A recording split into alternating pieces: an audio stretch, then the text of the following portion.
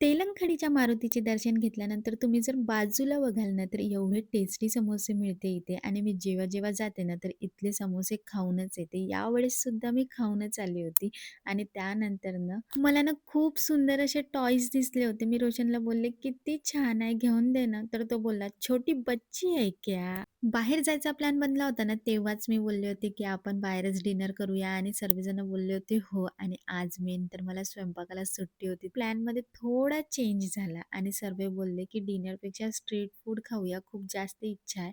तर मग आम्ही बोललो, की "ठीक आहे, चालेल. मला तर काही प्रॉब्लेम नाहीये तसं पण डिनर तर नेहमी करतो. स्ट्रीट फूड पण एन्जॉय केलं पाहिजे." आम्ही पोहोचलो होतो आय-टी पार्कला. माझ्या आणि रोशनच्या जुन्या आठवणी फ्रेश झाल्या आणि इथे ना पराठे मिळते. खूप जास्त टेस्टी असते. म्हणून विचार केला, की जुन्या आठवणी फ्रेश झाल्याच आहे, तर पराठे तर खाऊच या. म्हणून आम्ही सर्वात आधी पराठे खाल्ले.